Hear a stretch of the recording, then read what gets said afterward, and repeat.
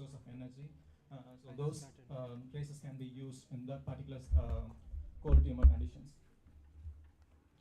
Just to give an idea of pathogenesis of fatherosclerosis, we can see a nice lumen structure over there, and followed by intima and media.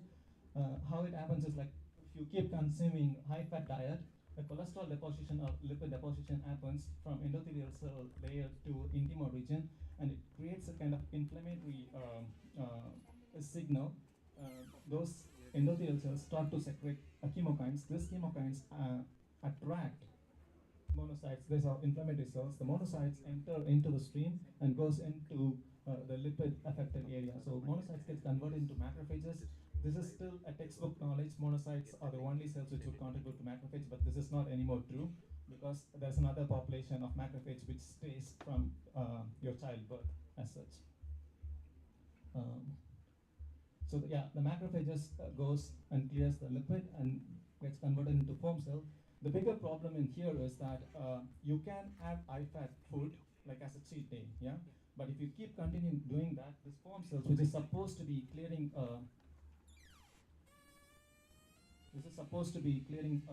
lipids and then goes to apoptosis. But if you keep continuing high-fat diet, this foam cells will start to settle there.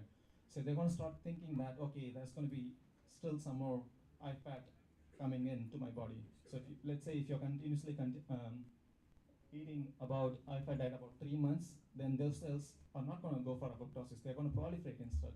So then that's when the plaque area develops completely. Yeah. Thank you. The next step. Yeah. So talking about macrophages. One should remember Elin Metchnikoff. He's called as father of innate immunity. He was the one who discovered macrophages. One good thing about him is like he also mentioned yogurt as a natural source of probiotic that could be used in the intestine, and he was like a strong believer of yogurt. A person who eats yogurt can live longer according to his science. Just coming back to macrophages according to textbook, there are two types of macrophages. Classical or type 1 macrophages, or type 2 macrophages, which is alternative activated macrophages. Type 1 macrophages are activated by toll-like receptor and also T helper cells, whereas alternative macrophages are activated with IL-4, cytokine, and IL-13, regulates with T suppressor cell. But this is not anymore true. When I joined my PhD in 2008, there was a nice review in Nature by David Mosher and Justin Edwards. They explained that macrophages shouldn't be defined into 1 and 2.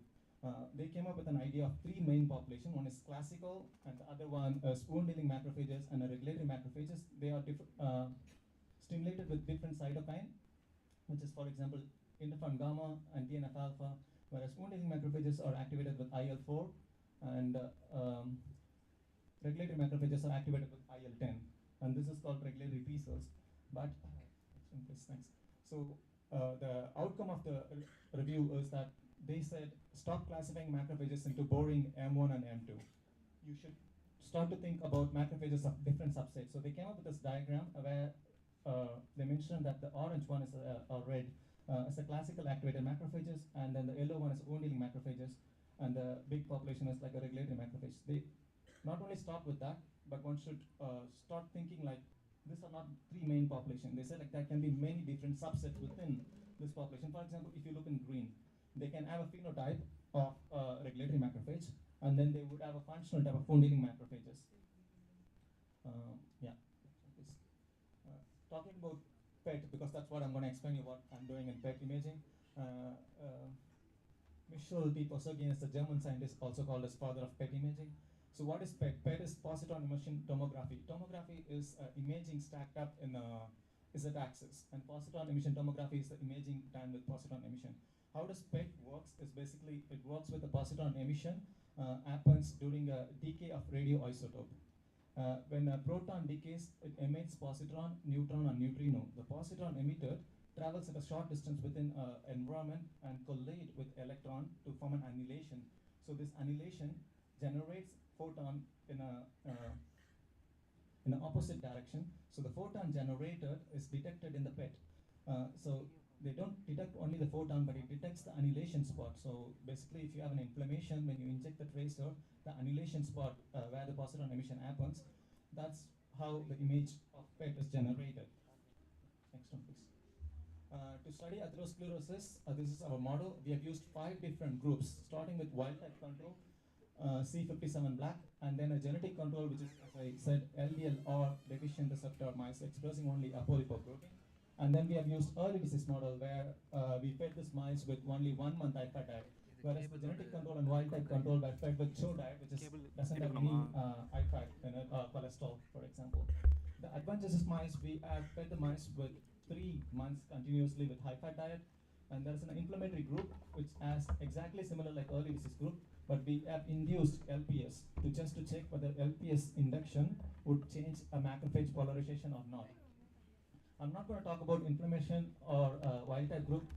In today's presentation, I'll be talking only about pre-lesion, early disease, and advantages. So to keep the presentation simple, what we do here is that we isolate aorta and white adipose tissue and blood. Then we do single cell sequencing of this. Our collaborator from Eastern Finland and Turku Bioscience. Next one, please. Yeah, so from single cell sequencing, we got this data showing aorta and white adipose tissue as a similar landscape. So they share like a similar landscape, but you can say that the main landscape they share was like a macrophage population. When asked for this macrophage population, how many macrophage population you can detect within aorta, you can clearly see that there are like at least 6 different populations, which starts with TREM2, which is a lipid-associated macrophages, and chemokine program-related macrophages. Then you have residential macrophage, which I said already in the beginning that you would have this macrophages right from your childhood, doesn't have to be generated from monocytes. And then you have a replicating one. There's quite many other immune cells. The main take-home message from the single-cell sequencing is that the macrophages are the bigger population, which contributes to the atherosclerosis compared to other any immune cells. Next one, please. So the study design for PET, what we do when we do PET studies is that we fast the mice. We fast the mice before tracer injection, and then we put the mice on a sleeping pad after anesthetizing the mice. And the tracer is injected, the mice are on the sleeping pad, then it goes to PET imaging. After PET imaging of 60 minutes, we inject contrast agent. The contrast agent would give an idea of the anatomical reference of the tissue. So it would give a better idea of the organ and then the tracer uptake. So you can overlap or co-registered computer tomography image with PET imaging. So you would know better idea of a tracer uptake. But as soon as the PET imaging is done, we sacrifice the mice and dissect them and take all the tissue to study the biodistribution of the tracer in all the tissues we can access or what we are interested in. In here, we are focusing on specifically aorta because we wanted to know how much plaque we can see in those IFAD diet treated mice. So what we do here is that aorta would look something like a old classical umbrella-like structure. Okay, you can make sections of aorta, not in a cross section because you're not going to look at them like a pipe, but you're going to look at them like a vertical umbrella, like an angle of the umbrella. Then you can make a longitudinal section, so you can have a whole view of the aorta. And we are so much interested in that, so we wanted to do autoradiography. But biodistribution, you can get information of where the radiotracer is distributed at the organ level. With autoradiography, you can get an idea which cells would contribute to the tracer uptake. We are not saying cellular level because we are saying only cell level. We are not going into intercellular because PET has that disadvantage because of the emission of radioactivity. It cannot be detected into the molecular level. So autoradiography data is supported with immunohistochemistry, for example, with the adjacent tissue sections that I can explain later. And this is just an overall view of how many mice we have used. For example, in the studies, each experimental setting had like used 4, and we can count on total number of mice we have used. I have to thank, or I don't know what to say to those mice with sacrifice for human needs. I feel bad, but also this is for human studies. But one can appreciate that with the increase in the IFAD diet, the weight of the mice is going higher. With advances, with 3 months of IFAD diet, you can clearly see that mice is getting obese.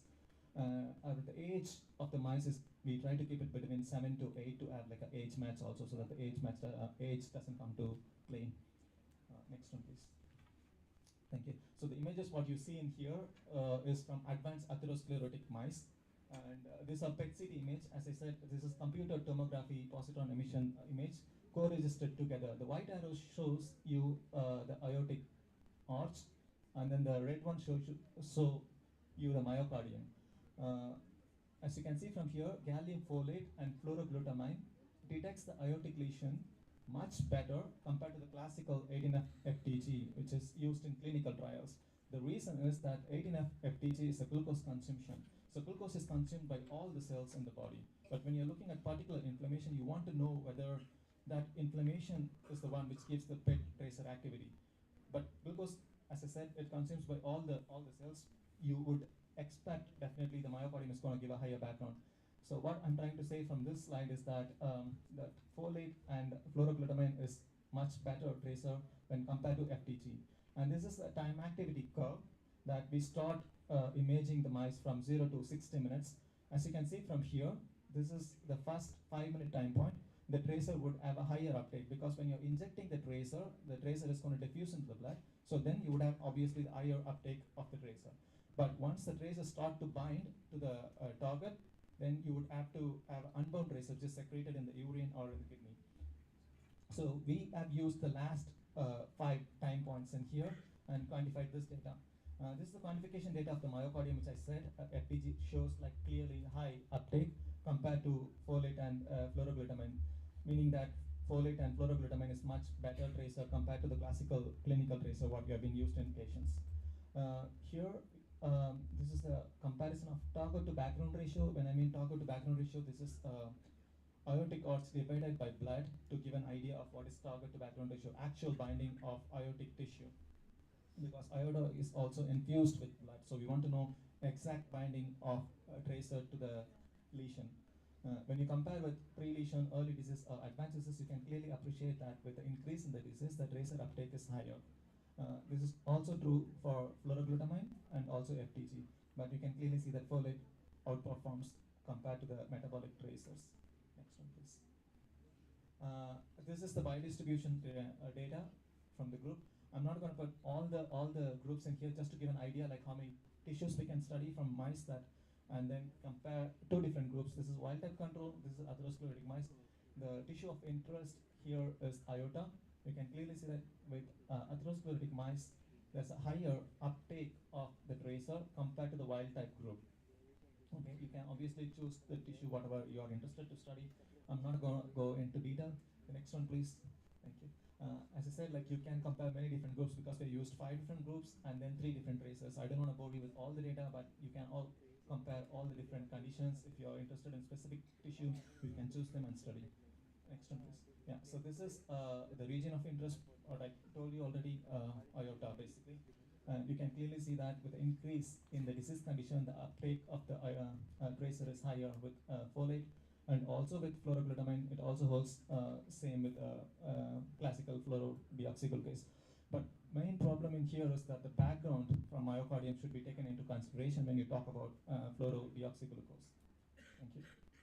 So this is what I said about the inverted umbrella looking like umbrella handle looking like aorta. So what this slide shows you is that we take this radioactive aorta and then do longitudinal sections. Okay, so then you ask for the activity within these sections. We wanted to know where the activity is coming from. Obviously, it comes from this lesion, which is like a plaque developed by necrotic region or lipid molecules, which is being deposited over there, and there is an accumulation of macrophages. We also wanted to know whether if this is coming from macrophages or not. So we use the consecutive subsections of the same aorta and then stain them with macrophages. So you can clearly appreciate that the macrophages are also positive in the lesion. So these macrophages are enriched in plaque.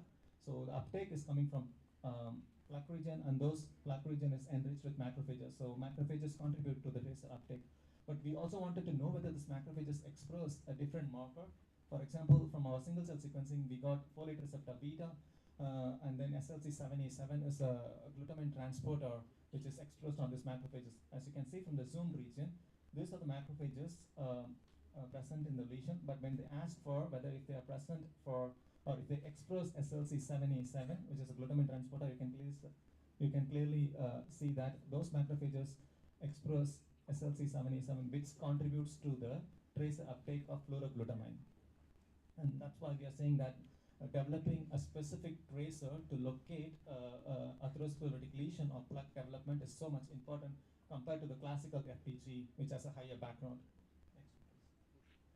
This is ex vivo quantification data from autoradiography, what we did. This is plaque to healthy vessel wall ratio. What you do here is to basically subtract the plaque uptake with vessel and then the background tissue with adventitia.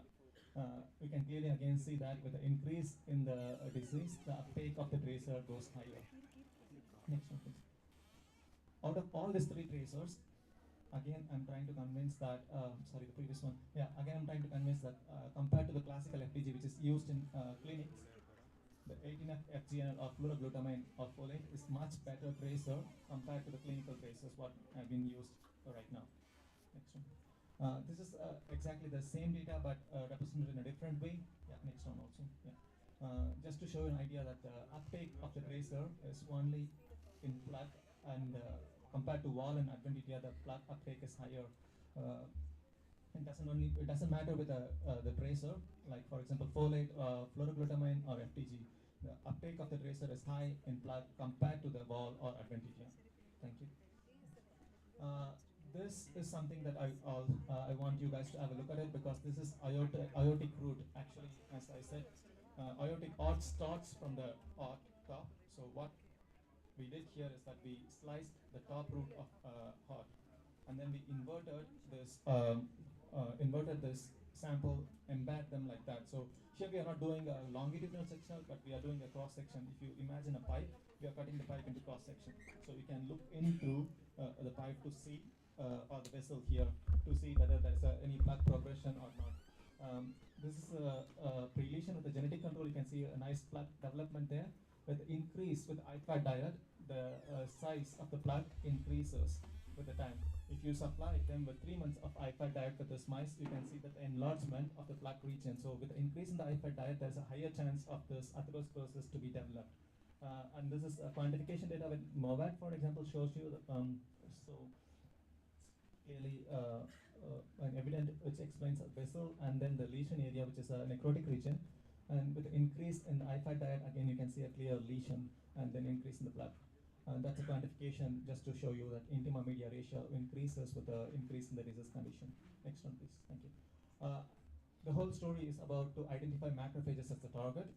So this plaque, as I said, macrophages goes into the intima media region to engulf the lipid. The basic idea for those macrophages is to go inside the intima media region to clear the lipid molecule. But if you're going to keep eating IFAD diet, then the macrophages would have a signal thinking that, okay, this is not done yet, I'm not going to go to apoptosis. I'm going to stay here and wait for a few more times, and then start thinking differently. So they won't die, but they would start staying there and start to proliferate more and more and more. And if they go more, and that's how the size of the lumen gets reduced, and that's how the blood flow to the heart will also get reduced, resulting into the heart failure. And when these macrophages are stained, so MAC3 is the phenotypic marker for macrophages. You can identify macrophages with MAC3.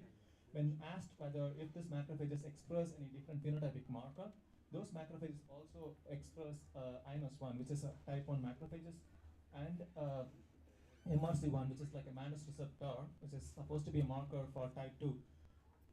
This is also present in this macrophage. That's exactly why I said macrophages should not be defined anymore into M1 and M2, because you can expect a macrophage to express both the markers.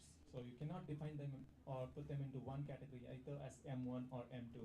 So start classifying them as macrophages expressing this many markers, and then define them as your own type. You can give all the data.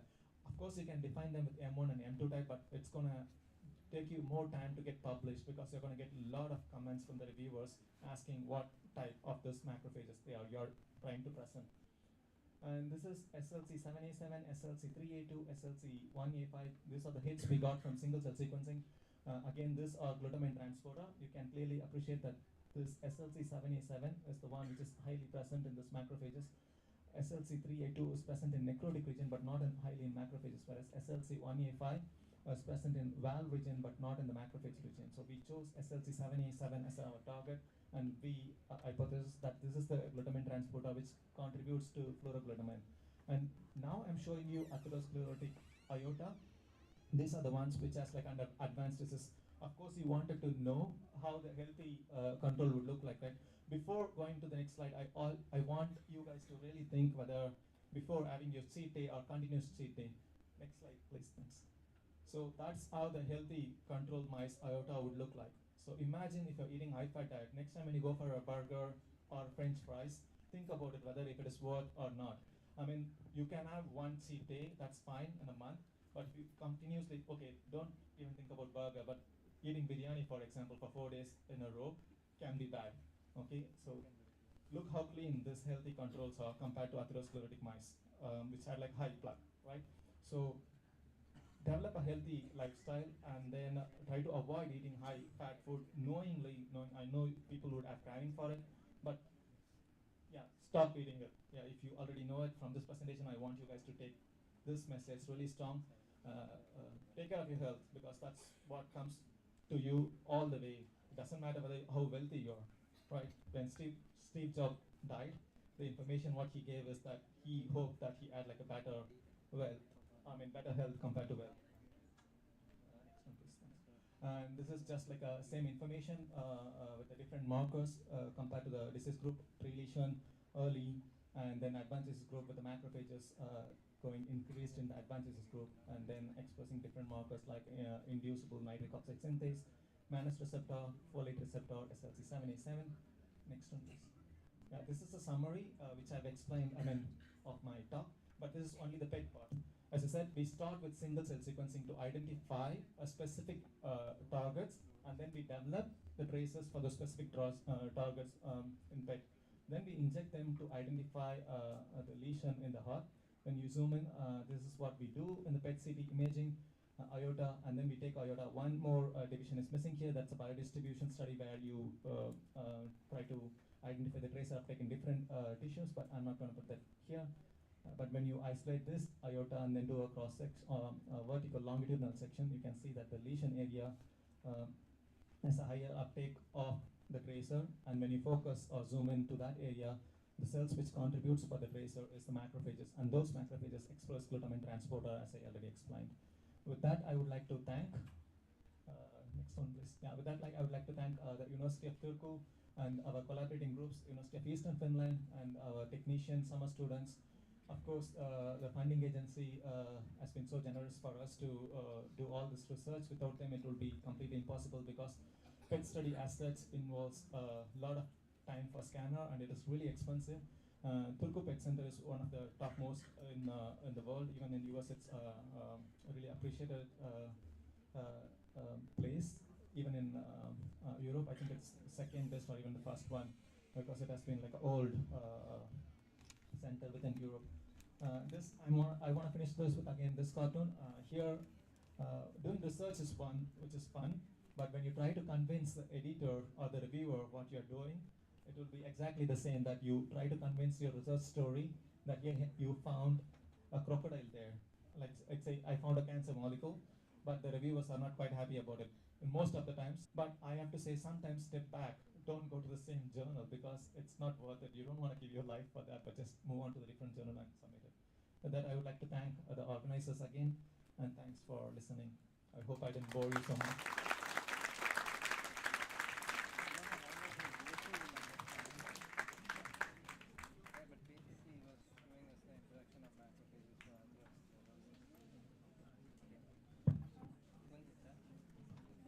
Any questions?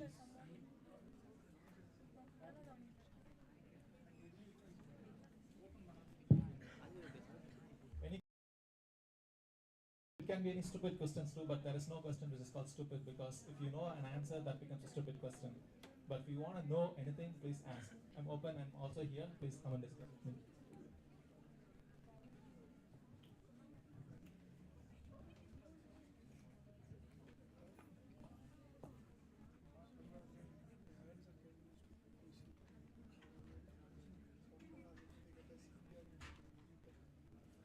Is there any questions?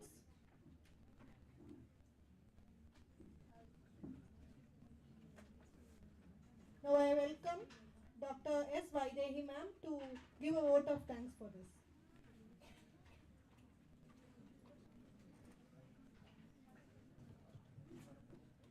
It's a great honor and privilege to extend a heartfelt vote of thanks on behalf of the organizing committee, SUSLIFE 2025, to our esteemed keynote speaker, Dr. Senthil Palani, for delivering such an insightful and thought-provoking address on single-cell to preclinical evaluation of atherosclerosis with new PET tracers.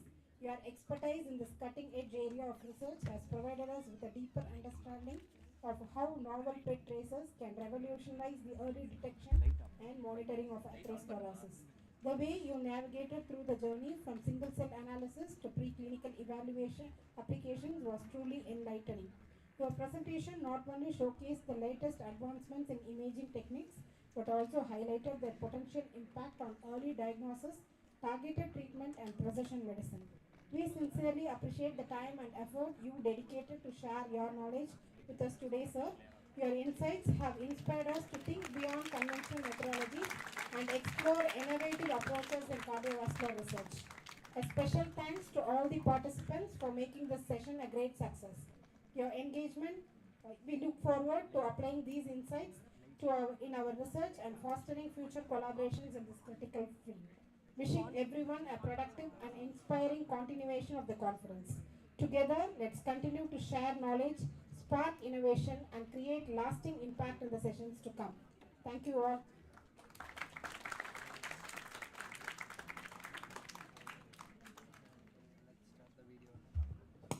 I now request our head of the department, Dr. D. Saravanan sir, to felicitate the keynote speaker with a certificate.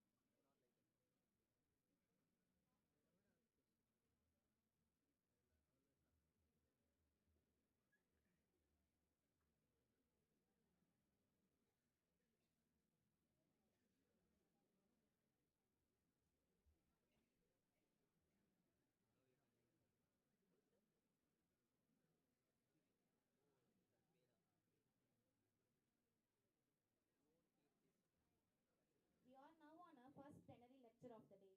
I invite our HOD sir to felicitate our resource person with a gift hamper and memento.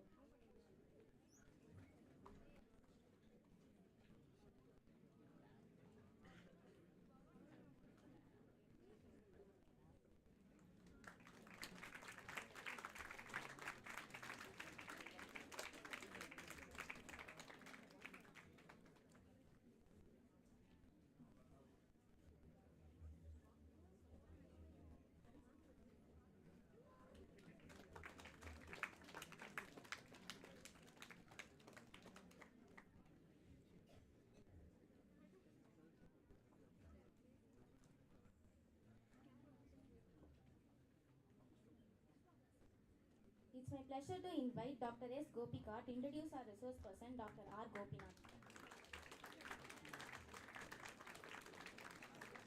Good afternoon, distinguished guests, colleagues, participants, and students. It is my profound honor and privilege to introduce our esteemed speaker for today, Dr. Gopinath R, Principal Scientist in the Ecotechnology Program area at the MS Swaminathan Research Foundation, Chennai.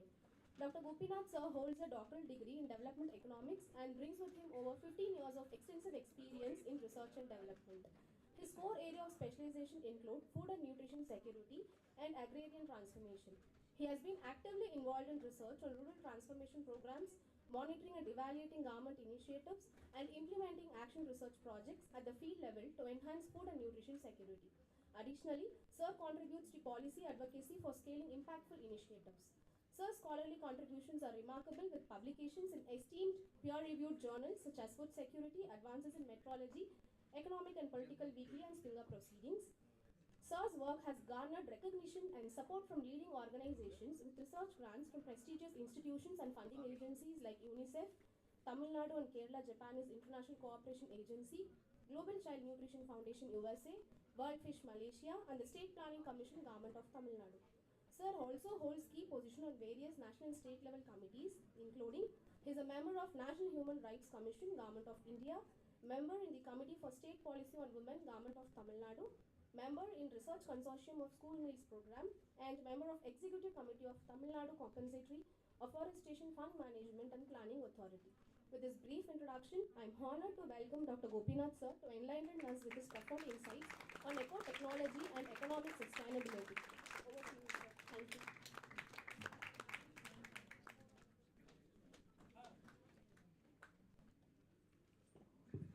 Thank you very much. Come down. Yes. Oh, it is fine. Can I see my slides? Fine. Thank you.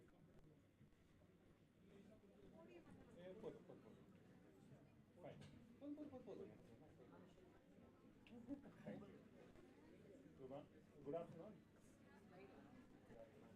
It's my maiden visit to this CGS campus, and one of my mentors, he was your alumni. So I studied my BA Economics with his mentorship, and he's your alumni. So in this way, I'm very much connected with this institution. I heard about the institution, this particular institution, and this institution's contribution to the academic community, particularly the linguistic minorities and the other disadvantaged communities. Mine one is something different. I'm not from lab, I'm from land. My topic is also from land. It's a land to lab kind of things. And I would like to share with you some of our activities that we are doing on the land and how we design our entire program area following bottom-up approach. Okay. So I have very rare opportunity to interact with students in academic community. So all my presentations will be like presenting to funding agency or government agencies. If you don't understand some concepts, and if you are not able to follow some concepts, you can just stop me and ask your questions. I'm so happy to clarify all your doubts because I want to make you understand that how this science is working in the field. So what Mr. Senthil explained you something like very outstanding for me, because the way you explained all these things, lab one, these things. But what we are going to discuss here is how this field is responding to your science.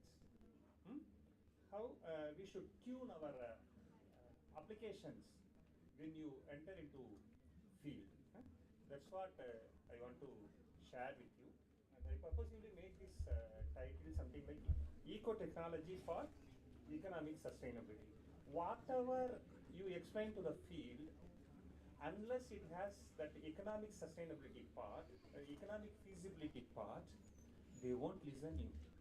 Particularly when you talk about conservation, if you are promoting some conservational activities, either in forest or in other rural areas or in city areas, If you are not involving community, then fine.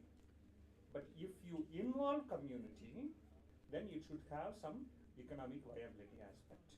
You take this roadside tree plantation. If this roadside tree plantation is being done by government alone, and just involve this community as a workers, daily wage laborers or other horticulture department workers, something like that, fine, no problem. But if you involve this local community in maintaining these trees, maintaining these conservation activities, they will definitely ask you about that economic viability questions. Yes, daily I spend 2 hours to maintain this tree. Okay, what should I get at the end of the day? If you tell them that yes, you protect your greenhouse, these things, and you are increasing forest area or green cover area, they don't listen you. So you have to convert all your scientific activities into economically viable kind of things. That's the thing which made us to prepare a Ecotechnology program area, and also helped us to design our approaches to reach community. So when we go to field, we need to take 3 pillars. We need to maintain 3 pillars. One is ecologically sustainable, socially acceptable, economically viable. So ecologically sustainable is our responsibility. Socially acceptable. You can't ask a farmer in Tamil Nadu to let them cultivate wheat, because wheat has less gluten than rice what you are cultivating, kind of things. They won't accept it because rice is part of the food system. Okay, so social acceptance should be there. You can't ask some particular group to completely move into vegetarian part of thing, where this non-vegetarian animal protein is playing a major role in their food system. So it should be socially acceptable and economically viable. That I have already explained you. So the economic viability is a key one. So these 3 pillars we have to keep in mind. Okay, we go to next slide. Here, this one is purely economic slide, but what I want to convey here is the agriculture system in India is growing 4% per annum for the last 2 decades. This is from a latest report prepared by Government of India. But the thing is, the share of crop husbandry, agriculture is not one field. Animal husbandry is there, crop husbandry is there, fisheries is there. These 3 major components, and forestry of course. These 4 major components contribute to agriculture development. But if you look a percentage of people involved in these different activities, 68% of people in agriculture are doing crop husbandry. That means crop husbandry is a primary occupation, a major occupation, other words. The people who completely depend on livestock is something around 6 or something. I don't bring that slide, 6 or something.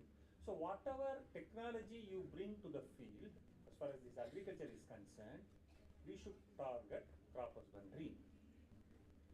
But the latest developments, particularly after 2005, shows that the proportion of income, proportion of value of output from animal husbandry exceeds share of value of output from crop husbandry. The point is, the sector which has 68% of agricultural communities contributes very less to total value of that output. That's why we have this crisis part. In other words, the sector requires scientific approach, whatever Dr. Senthil has explained in the previous session. Those scientific approaches should have been reached the community, to improve the value of output. That's what I am saying, that it has to be both lab to land, and approaches should have been conceived what is working in the field, land to lab. Okay. So that is this particular slide explains that one. I don't want to go in detail about the particular slide because that is purely economics one. I am from economics background, so though it's a life science conference, I want to bring that economics part. Okay. Then what is ecotechnology?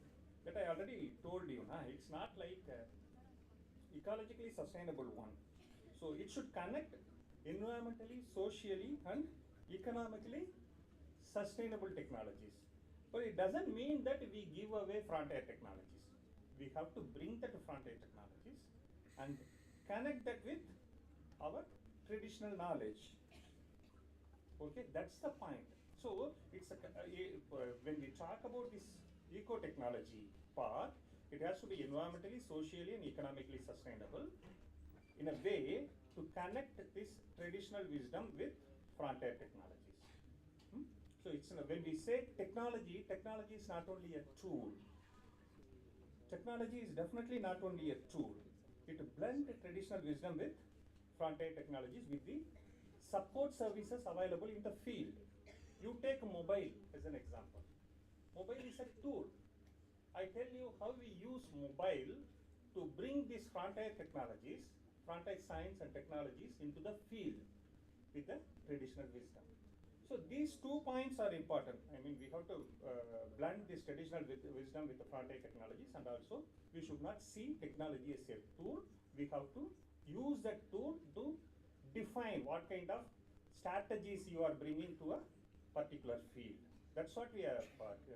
That's what we are doing that one. So in the field, we let the people to define the strategies. We let the people to define the strategies to bring this technology, this science, into the livelihood. Okay, go to the next slide. So this, we call this one as a pathways. When we do this one, we prepare the strategies in a participatory manner. When we say participatory manner, participatory research, have you heard about this one? Okay, I explain you. If you design some strategies, bring the strategies into the field, it's not a participatory one. But when we are doing some work in the field, we have to take the community into the designing part. We take community, we take other stakeholders, something like government agencies, bankers, scientists working in the field, and we bring all them into one particular table, then we prepare that strategies. That is participatory strategy preparation. So then, the strategies that you are preparing, that will include people's view. You have people's representation, Gram Panchayat presidents, or Panchayat Raj institution members. They will be there when you are preparing that strategies. Government agency will be there. They tell you these are all the schemes available in the field to implement these strategies. Scientists will be there. Scientists will tell you, like Senthil will tell you, this will work. This will not work because the soil condition is like this, because the animal population is like this, because this kind of crops are not suitable for this area. Okay, you get scientist view, you get government agencies view, you also get communities view, then you design your strategies to achieve a particular goal. Once you design that strategies, you are capacitating the community to adopt those technologies. One thing we should have in mind, what we are bringing to the field is technology. Technology is a scientific technology, having traditional wisdom. Okay, frontier technologies having traditional wisdom, but implementing the technologies in the field, you bring a participatory strategies preparation. Then you are doing capacity building. There you bring the social equity, particularly women's participation. Gender is a non-negotiable thing. We have to bring gender into all your strategies. The gender is playing a major role in rural India because women's participation in agriculture is increasing, particularly state like Tamil Nadu, where this women's participation is huge. Even if you take a real survey among the rural households, proportion of women involved in agriculture will definitely be more than the proportion of men in agriculture. But the other thing is, women are involved as family labor without getting any remuneration and without having any deciding authority power on crop operations. They only do whatever their male counterpart asks them to do. They are not, they are something like not having adequate technical knowledge to implement all these strategies. So whatever technical things you are bringing to field, you have to bring women into that process. You have to capacitate women in a way to transfer them as a mere family labor into well-informed agripreneurs, farmers, or non-farm workers. So there the social equity is important, like that for SC/ST people, physically disadvantaged people. So it should have a social equity, economic viability, that I have already mentioned you. And what kind of employment opportunities it creates in the rural areas. This is very important for states like Tamil Nadu, where this non-farm sector is playing a major role, kind of thing. And energy efficiency, of course. Energy efficiency is very important in a present context. Economic feasibility, economic viability and economic feasibility. So all these things should have been part of our strategies. And we have to bring a horizontal knowledge transformation. That means peer learning. So you are a very good example. If one particular person learns one particular tool, say Kobo tool, for your online these things, or lab-based any tool, that particular student transfers that knowledge to other students. So you are not learning from others, you are learning from your own students. It's a kind of peer learning. So that kind of knowledge transformation should have been there in the field. One farmer can learn from other farmers. If one student learn from Dr. Senthil, you are learning from your faculty. But the other students learn from this particular student. That is peer learning. So we are promoting peer learning in the field. Okay. So these are all the pathways to transfer your eco-technology into the rural communities. Next.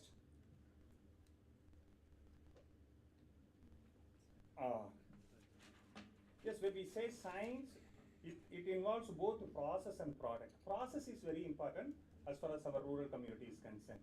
The final output is grain. Okay, grain or vegetables. Here the point is how we are producing that grains. Soil health or animal health, agronomic practices, what you are doing, post-harvest practices, what you are doing. These are all the areas where we are intervening. If you take animal these things, animal husbandry, India is the largest milk producer. Okay, so our next one is US. US total milk producing level is not at all 50% of what India is producing, but per cow output of India is just less than 50% of world average. When we climb this one, we have to accept this one also. Where we failed in giving proper feed. Okay, per cow cost is high in India. Okay, then quality of milk, quality of livestock rearing. So these processes are important. The final output is milk. Whether that milk is A1 milk or A2 milk, that is the final product. But the process is also important. Process plays a major role in a country like India. If you intervene more in process, you can realize better output. One is reducing cost. Second one is getting a better yield. Third one is quality of that yield. Whether it's agricultural produce or animal husbandry, these things, everything, it applies to everything. Okay. So the science applies to both the areas. So go to next one. So what this somewhat heavy slide. So I just explain you. We call a bio-village program called these things. When we say bio-village, two factors play a role. One is approach, of course, how we are bringing this one, and approach to bring this technology. Other thing. Here we have to maintain pro-nature, pro-women, and pro-poor technology. But the point is, we are dealing with something like this degradation of natural resources, because exploitation of natural resources is very high in the field. The other one is, the persistence of rural poverty. People in rural areas, the per capita income is drastically lower. And if you take the latest survey, the per capita income of farmer household in Tamil Nadu is, any idea? Per capita income per annum of a farming household is, any idea? No, huh? Around 10,000 rupees. Per annum, not per month. Per annum is around 10,000 rupees. All India average is less than this one. Okay? So we have that kind of poverty in this thing. But the proportion of farm households in rural areas itself is very low in Tamil Nadu. But those who are involved in farming activities, their annual income is very low. So we have to deal these two things. So accordingly, we prepare our strategies. But the resources are with individual households and also community. So land is with individuals. You have common lands also. When you are moving from this desi varieties into exotic varieties of animals, you need a stall field. If you are having more desi varieties, you need grazing lands. Grazing lands are common lands, but the exotic varieties requires stall feed, where you don't need grazing lands, but you need regular input supplies. Why we are having exotic animals in urban areas like Chennai? Why we are not having desi varieties in Chennai? We don't have grazing lands in Chennai. So we can feed our cow through a stall feeding only. Desi varieties can't survive in situation like Chennai. They can't go around, they can't graze other things. So we have to design accordingly. These are the two examples. I don't have to go in detail about this one. Let's go to our next one. But we follow this bio-village model. So how do we do this one? We can go for individual approach. That means each individual can be dealt separately. Mobile-based agro-advisories or MobiMOOC course. I think this word is familiar with the students. You know MobiMOOC, na? Huh? I think some universities are doing some programs through this MobiMOOC applications. What we do is we bring this technology and we do run some courses among farmers using this technology. That's what I used to tell you. Strategies, preparing strategies in a participatory manner using your technology. MobiMOOC is a tool. We follow we adopt some strategies to promote certain scientific measures to capacitate farmers using this technology. I explain you. Then group approach. We have school, farmer field school, where you have a permanent setup. Farmers can come and get trained on certain aspects. It's a group approach. And the extension approach, mass extension approach, agro advisories. And we identify some farmers as progressive farmers. We train them. They train other farmers. I give you an example for all these things. And building services and collective actions is farmer producer organizations, where you are federating individual farmers into groups and they bargain with the outsiders as a collective action, not individuals. There you can easily bring your science into them, because if you approach that FPO, farmer producer organizations, you can cover 1,000 farmers spread across at least some 100 or 150 villages. Basically, one FPO covers one entire block. Okay, if you approach one FPO, if you make them convinced to adopt a certain technology, certain science with that particular FPO, you can easily cover that particular block, having 35 to 36 villages. Okay, so that is a collective approach kind of things. You may feel that these things are not relevant to science, but if you want to bring the science into field, we have to go through all these things. Otherwise, our science will be there in the lab only. So what this agriculture is done is something like they bring these lab-based technologies into field. Whoever failed to do this one, they don't succeed. You can see in Western countries that precision kind of farming, even drone drone is yet to reach majority of farmers because they yet to find strategies to roll out drones. You may heard about tractors. Tractor is a very good example for a strategy to small and marginal farmers who constitute around 80% of total farmers in the country. Tractor can be employed in any piece of land, whereas drone is yet to come out with a strategy to apply a piece of land. So drone can be for large scale farming with the present these things. Drone is yet to find a strategy to apply for small scale farmings. So what kind of strategies we are following, that is important, and these are all the things that you have to go through if you really want to apply your science into the field. That's my point. So go to next one. So this one is an example of an individual this thing. You know very well that a mobile. Mobile, you have microscope. You use all this microscope in your lab. What we do is we bring that microscope into the field. Okay. We ask farmers to bring their plant. We bring our scientists into the field. If you go to agriculture universities, you can see field day kind of thing, where these agriculture scientists used to go to one village, sit with the farmers and see their plant, bring all these instruments. There they diagnose whether this particular plant has a pest attack or disease. See, the ground reality is, we farmers, we don't know whether this plant is affected by a pest or disease. Without this kind of knowledge, when we approach a nearby fertilizer shop, they give both pesticides and tonics. So pesticide is important for pest attack, but tonic is not at all important.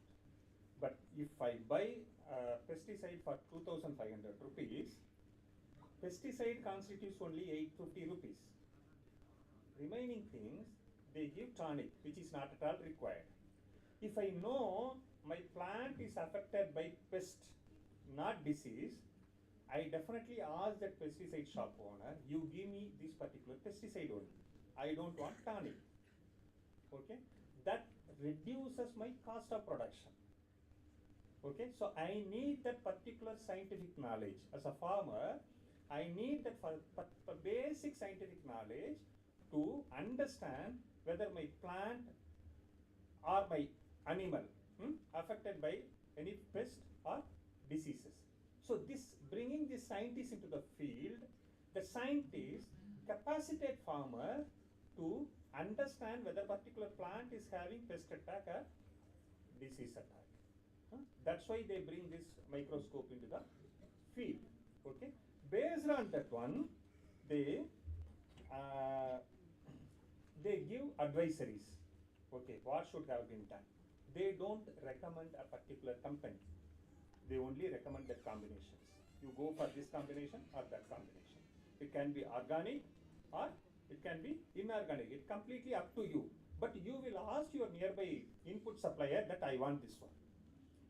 You will be empowered to go for a efficient pest control measure or nutrient management kind of thing. That's what we are doing there. Okay, go to next one. And this will tell you how we are doing this one, what kind of process we followed. But we do need assessment in the field first. What kind of gaps are there? So what kind of scientific methodologies we need to bring into the field. Then we go for this plant clinic program. We call it as a plant clinic. Okay, like a human clinic where you have doctor, medical doctor. Here in the plant clinic, you have scientists in the field. And the scientists will identify one well-informed farmer and train that farmer to a plant doctor, where that particular farmer, plant doctor, can assist other farmers to understand some basic things. Okay, this kind of things are very well working without having scientists in the field in the later stages. So online plant clinic programs that we organized during this lockdown period. So all these external factors won't affect your work, to transfer your science into the field. And then next one is MobiMove. Go to next one. I have limited time. I don't want to. Next one is MobiMove that I already told you. We had a need assessment with the farmers in Dindigul district, and there they want some kind of capacity building on livestock rearing, organic input preparation, other things. We use that MobiMove tool. We prepare the content. We disseminate that content using MobiMove course among the farmers. So 1,500 farmers used to enroll under this program. They completed that course. Course completion rate is 60 to 65%. That is 60 to 75%. Initially, women participation was very low. But you know, whoever enrolled under this program, the women participation is 30% only. It was 30% only. All those 30% women farmers, they have completed the course. So it shows that they're really involved in agriculture. So that's what we urge. So we have to reach right people. We made it clear that we don't want any representation from household. We want the farmer who really involved in this farming activities to enroll under this MobiMove course. So the course completion rate is 10% among women. Okay. So even a farmer, even male farmers, it gives a good result kind of thing. So this kind of this MobiMove is a tool. You are bringing a science. You disseminate that science using this tool to farmers. So this is what ecotechnology.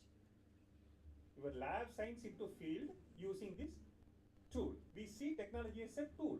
So we want to convert that tool into a ecotechnology platform. That's what we have done. This is also individual based because we are reaching individuals separately. Next one. Yes, we follow other digital tools. The phone based that we used to send small videos to your WhatsApp groups, your SMS, these things. Helpline we have where you can reach our experts, scientists at any time. You can call them, you can get that advisories. And based on the helpline queries that we received, we have plant clinic program in the field on which the topics we decide based on the queries that we received from farmers. So that's how we use these digital tools. We also follow video conferencing kind of things where they can talk to experts directly, audio conferencing, where our people will be there with a mic and a public addressing system. Farmers used to sit there. They can talk to scientists who sit in agriculture universities or KVKs far away from their field, but they can guide them to do a practice in a more scientific way. Okay, go to next one. We have these village knowledge centers and village resource centers. It was started by Swaminathan Research Foundation only. It was started in 1997 by late Dr. Abdul Kalam. He opened that first village knowledge center in Tiruvayar in Tanjavur district, where each panchayat we identify a building. Panchayat used to give one building for this kind of activities. Initially we brought some computers to that. We trained farmers among all these digital tools, other things. We also trained students on all these science-based things during the summer course, other things. Now, due to this increasing prevalence of computer, other things, we convert all those physical VKCs into virtual VKCs. We do send services through a virtual mode. We are doing this one in all our 8 states. We have some physical VKCs in some parts of Assam and Odisha. But Tamil Nadu, only 2 VKCs are running, but we are doing the services. So it's a kind of mode, okay? So this is called a group approach. We are not reaching individual approach, but group, villages as a whole kind of things. Go to next.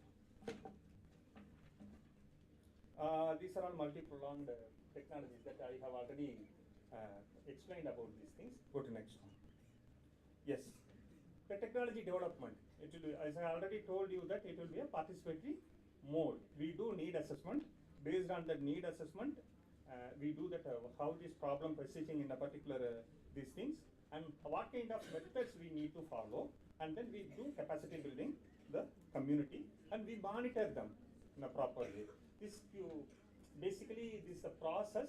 It's not a, I mean, scientists, you may find it difficult to understand, but this is how we are doing this one. Go to next one.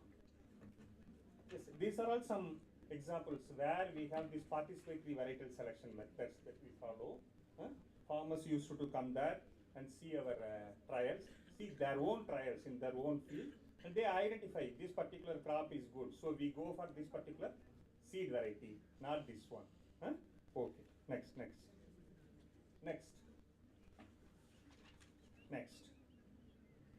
Participatory varietal selection that I explained. Okay, next.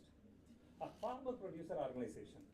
I told you that each individual farmer will be grouped into farmer income group, then some 100 groups will be federated into one farmer producer organizations.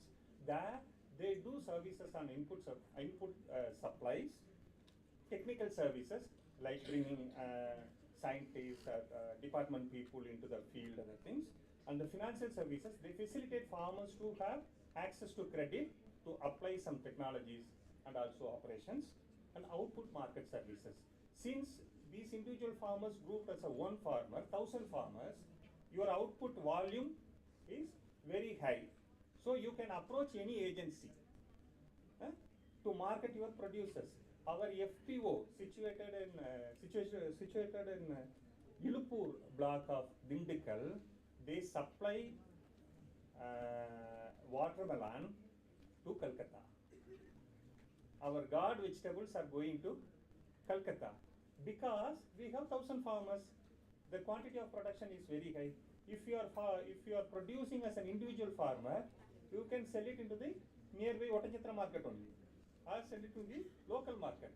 But if you are a part of a group, that group will market your produce at a higher prices to a better marketing agency. You are using ENAM. They are using ENAM.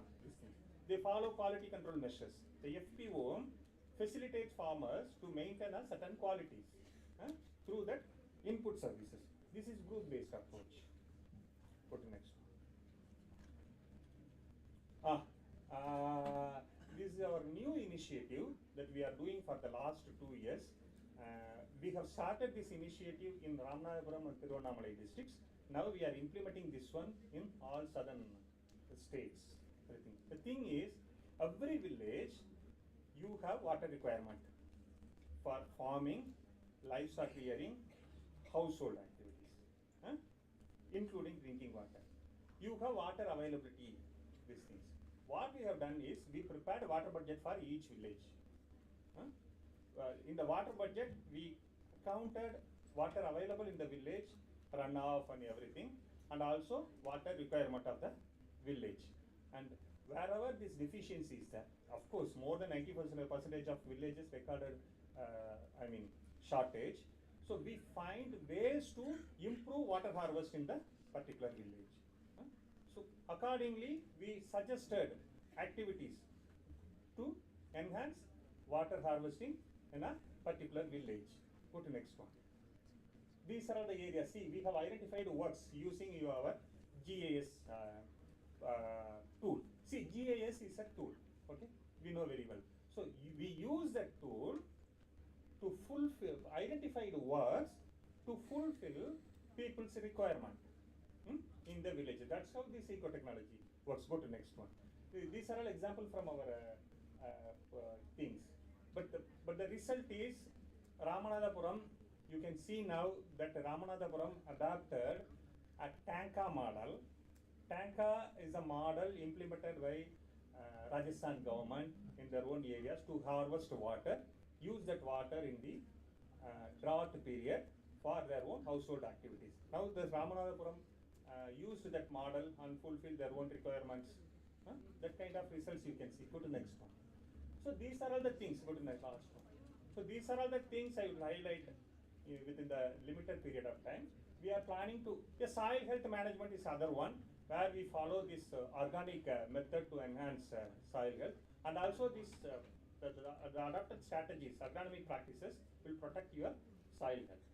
Okay, so the last one, and we are planning to use our GIS thing, AI and ML in a very advanced way to help farmers on maintaining the soil for better land use, bring some more science into the village level. So in a way, that's what I would like to end saying, that we bring this frontier technology with the traditional wisdom, apply in the field and prepare strategies in a participatory manner to get better results. So as a student of science, you have to understand that we have to match your science with the ground reality. What is required in the ground is a basic thing to go for any innovation. So I stop here. I'm happy to take questions. Thank you.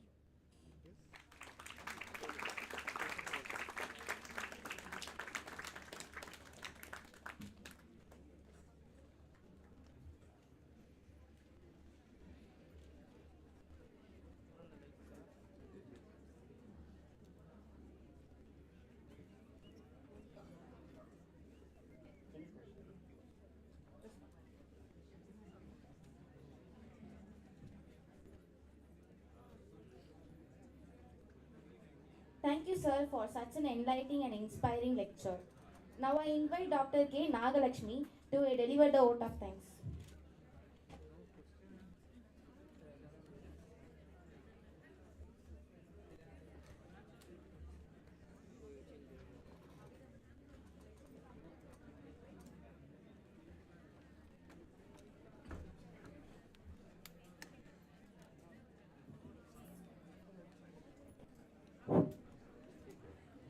Respected Dr. Gopinath and my dear colleagues and dear students, sir, it is indeed a rare privilege to deliver this vote of thanks, and I am really happy to share this podium with you, sir. And original recollection enna our institution is also privileged to have the footsteps of Dr. M.S. Swaminathan. Vandirundirukkaringa audience lende there is a question. Enna, what is the one healthy food you can recommend to the younger generation அப்படினு students raise பண்ணப்ப sir சொல்லிட்டு போனது என்னன்னா sweet potato. Yes sir. என்னன்னாக்கா biochemistry and we are much worried about glycemic index. அப்ப sir suggest பண்ணது என்னன்னா diabetic patients க்கு sweet potato is very good because அதனோட glycemic index கம்மி. அப்படின்றத அவரு ஷேர் பண்ணிட்டு போயிருக்காருங்க. ஸோ உங்களை இங்கே வெல்கம் பண்ணுறதையும் vote of thanks கொடுக்குறதையும் I consider it as a privilege. And sir, on behalf of everyone present here, I extend our heartfelt gratitude to Dr. Gopinath from MS Swaminathan Research Foundation for his enlightening and thought-provoking address on ecotechnology for economic sustainability. Sir, your talk has given us so many insights of ecological principles with technological advancements and have truly broadened our understanding of how sustainable development can be achieved while preserving our natural resources. Your expertise in linking scientific innovation with grassroots level impact is commendable, and we deeply appreciate your valuable time, effort in sharing this knowledge with us today. Your discussion has not only inspired us but also reinforced the importance of sustainable agricultural practices, biodiversity conservation, and eco-friendly technologies in fostering long-term economic resilience. We are grateful for the pioneering work being done at the MS Swaminathan Research Foundation and for your commitment to a future where sustainability and prosperity go hand in hand. And one thing that really lit me today was when you are enlightening the farmers about the difference between the pest infection and the actual disease, it also has a very huge impact on the environment, because if they don't have the knowledge of what is the pesticide to be added to the soil, it might contribute to the soil pollution. தேவையில்லாத ஒரு chemical நம்ம add பண்ணோம்னா soil pollute ஆகும். So you're really doing a very, very commendable job, sir. Thank you so much. And உங்களோட MOOC 75% is really a very great target. Thank you for inspiring the generation and also the agriculture for sustainability. Thank you, Dr. Gopinath.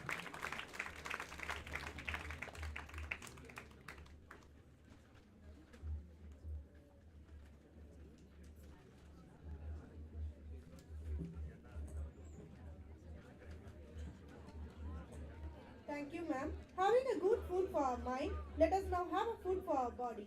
We will now have a short lunch break and we request our participants to assemble sharply at 1:45 p.m.